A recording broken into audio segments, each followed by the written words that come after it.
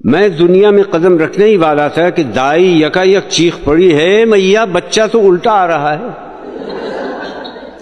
سب عورتوں نے منہ پر ہاتھ رکھ لیے اور جھانک جھانک کر دیکھنے لگیں جیسے کوئی انوکھی بات ہو رہی ہو۔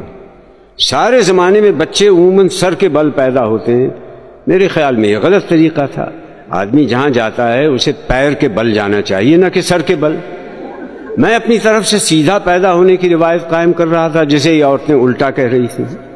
سچ ہے عورتوں کی عقل الٹی ہوتی ہے۔ بہرحال اس الٹا پیدا ہونے کا مجھے ساری زندگی بڑا فائدہ ہوا۔ جیسے ہی میں باہر کھلے میں آیا، دائی نے ہاتھ سے سونت کر میری آلائش علیحدہ کی، مجھے الٹ پلٹ کر دیکھا۔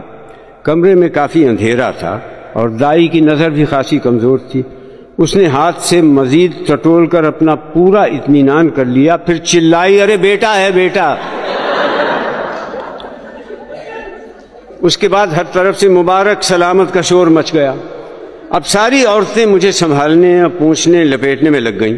میری بوا بیچاری، میں اپنی والدہ کو بچپن سے بوا کہتا چلا آیا ہوں، ان کے حال پر چھوڑ دیا گیا۔ ان کے منہ پر تھکی تھکی سی مسکراہٹ تھی۔ کسی نے کہا اے آمنہ کو 5واں بیٹا مبارک ہو، تو مجھے پتا چلا کہ مجھ سے پہلے 4 حضرات اور بھی اس منزل سے گزر چکے ہیں۔ دینی رسم ہے کہ پیدائش کے بعد بچے کے کان میں اذان دی جاتی ہے۔ گھر کے سارے بزرگ اپنی اپنی روزی کی فکر میں گئے ہوئے تھے۔ تلاش کرنے پر حمید ماموں ملے جو باہر چبوترے پر اپنی بلبل شہروز کو پستے بادام کا چوگا کھلا رہے تھے۔ اس بلبل نے ابھی کل ہی محلے میں ایک بڑا میچ جیتا تھا۔ ماموں کو بلایا گیا، وہ جلدی جلدی قمیض پاجامہ اور ٹوپی پہن کر اذان دینے آ گئے۔ اب حمید ماموں پیشہ ور مولوی تو تھے نہیں، نماز بھی سال میں 2-3 بار ہی پڑھتے تھے۔ اذان دیتے وقت جوش میں 3-4 تکبیریں زیادہ پڑ گئے۔ دوسرا مسئلہ یہ تھا کہ ہمارے ماموں تھوڑا سا ہکلاتے بھی تھے، اس طرح 4 تکبیروں کی 11 تکبیریں بن گئیں۔ دین کی بات تھی مگر میں فی سبیل اللہ فساد نہیں چاہتا تھا، سو خاموش ہو رہا۔ اس زمانے میں پیدائش کی رپورٹ پولیس میں لکھوانے کا رواج نہیں تھا۔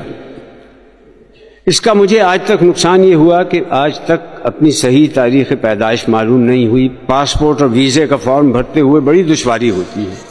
مجھے ایک تقریب خاص طور پر یاد ہے، اس کا تعلق میری اپنی ذات سے ہے۔ یہ میری ختنے کی تقریب تھی جو پتہ نہیں کیوں بڑی دھوم دھام سے منائی گئی۔ پورے گھر کی صفائی اور چونے کاری کی گئی اور اسے رنگین غباروں اور جھنڈیوں سے سجایا گیا۔ سارا گھر مہمانوں سے کھچا کھچ بھرا ہوا تھا، دیگیں کھنک رہی تھیں، ایک ہنگامہ برپا تھا۔ میرے کپڑے بہت عمدہ تھے، سفید ریشم کا کرتا، لٹھے کا پاجامہ، سنہری بروکیڈ کی شیروانی، سر پر گوٹا لگی چاند تارے والی ٹوپی، گلے میں تازہ پھولوں کے ہار۔ لوگ میرے لیے طرح طرح کے تحفے اور کھلونے لائے تھے۔ بوا جانتی تھی کہ میرے لیے بہترین کھلونا ایک دلہن ہو سکتی تھی، سو انہوں نے اس کا بھی انتظام کر دیا۔ ایک دور سے آئی ہوئی میرے رشتے کی کم عمر خالہ کو رنگین کپڑے پہنا کر ہار پھولوں سے تیار کر کے دلہن بنا دیا گیا۔ یہ میری زندگی کا سب سے بڑا دھوکہ تھا۔ ادھر میں زرق برق کپڑے پہنے اپنی دانش میں دولہا بنا ہوا تھا۔ حمید ماموں مجھے گود میں اٹھائے اٹھائے پھر رہے تھے۔ ہر شخص پیار و محبت سے پیش آ رہا تھا۔ میری کچھ سمجھ میں نہیں آ رہا تھا کہ کیا چکر ہے۔ تھوڑی دیر کے بعد ماموں بڑے بہلاوے پھسلاوے سے مجھے مردانے میں لے گئے۔ وہاں سارے مرد مہمان جمع تھے۔ درمیان میں ایک چوکی تھی جس پہ گوٹے لگا پیلا کپڑا بچھا ہوا تھا، اوپر ایک سرخ دوپٹہ سائبان کے طور پر تنا ہوا تھا۔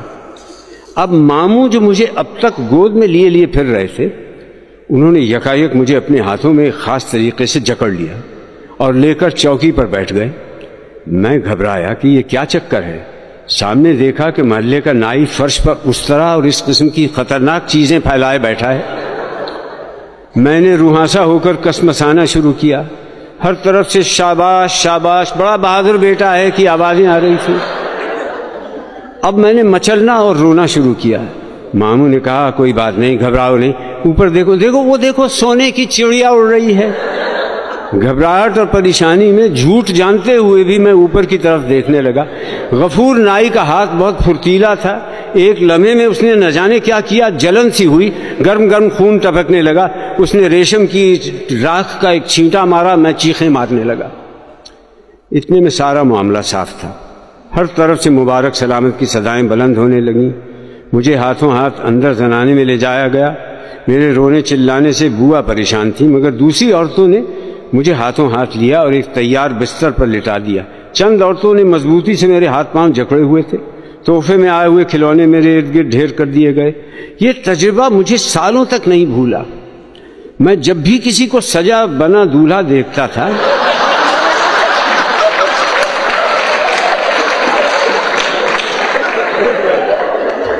تو ہیبت طاری ہو جاتی تھی کہ اب اس کے ساتھ بھی یہی کچھ ہونے والا ہے۔